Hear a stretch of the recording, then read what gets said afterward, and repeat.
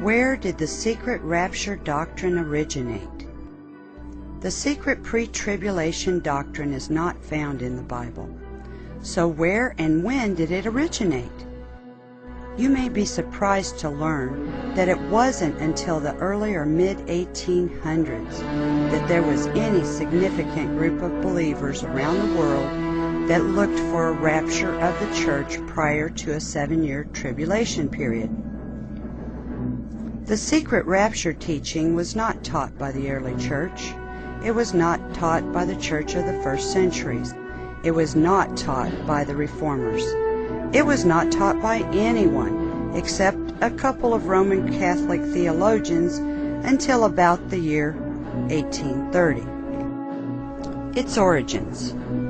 The Roman Catholic Church had to come up with a view of prophecy to counter the historic view of prophecy that the reformers had used to identify the Church of Rome. The little horn of Daniel, chapter 7, the mouth of Revelation in chapter 13, and the harlot of Revelation in chapter 17. This new scheme of prophetic interpretation became known as Futurism.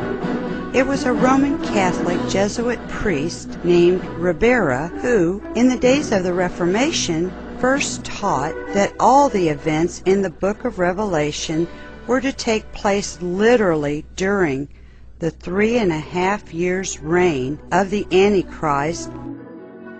Later, Emmanuel Lacunza, also a Jesuit priest, built on Ribera's teachings. He spent much of his life writing a book titled The Coming of Messiah in Glory and Majesty. Lacunza, however, wrote under the pen name of Rabbi Ben Ezra, supposedly a learned Jew who had accepted Christ as his Savior. He did this so that the unsuspecting Protestants would accept his book, for the Protestant world then wanted nothing from a Jesuit. His book was published in 1812.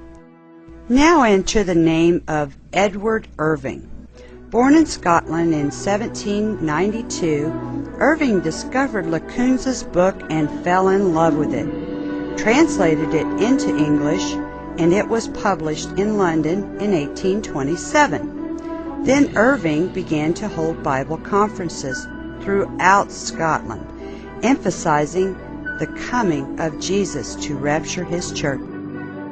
Later, J.N. Darby was introduced to the secret rapture doctrine by the Irvingites.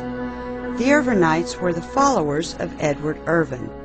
They also introduced to him the famous book by Rabbi Ben Ezra, which is, if you recall, the pen name for the Jesuit priest Emmanuel Lacunza. Darby was himself a prolific writer, and from that time a constant stream of propaganda came from his pen. His writings on biblical subjects number over 30 volumes of 600 pages each. Darby developed and organized Futurism into a system of prophetic teachings called dispensationalism. The secret rapture teaching was introduced into the United States and Canada between the 1840s and 1870s. A Congregationalist preacher by the name of C.I. Scofield came under the influence of Darby and the Plymouth Brethren. Scofield became a strong promoter of the teaching that had been promulgated by Darby, whom he considered, quote, the most profound Bible student of modern times, unquote.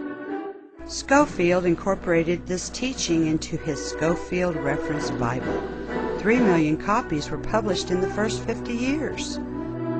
Through this Bible, Scofield shrewdly carried the teaching of the secret rapture into the very heart of evangelism. Many of your modern Baptist pastors rely heavily upon Scofield. There is one final link in the chain of development and spread of the rapture theory that should be mentioned in passing. Scofield and Darby influenced D.L. Moody. Moody was influential in the early Pentecostal movement. How, you may ask? The Assemblies of God are today by far the largest Pentecostal denomination in the world. In 1914, they ordered their Sunday school and study materials from the Moody Press. So the Assemblies of God believed what the Moody Bible Institute taught, which included the secret rapture. And so it is today. Great numbers of churches have discarded the historic teaching of the church concerning prophecy and have replaced it with a concept invented merely to deceive.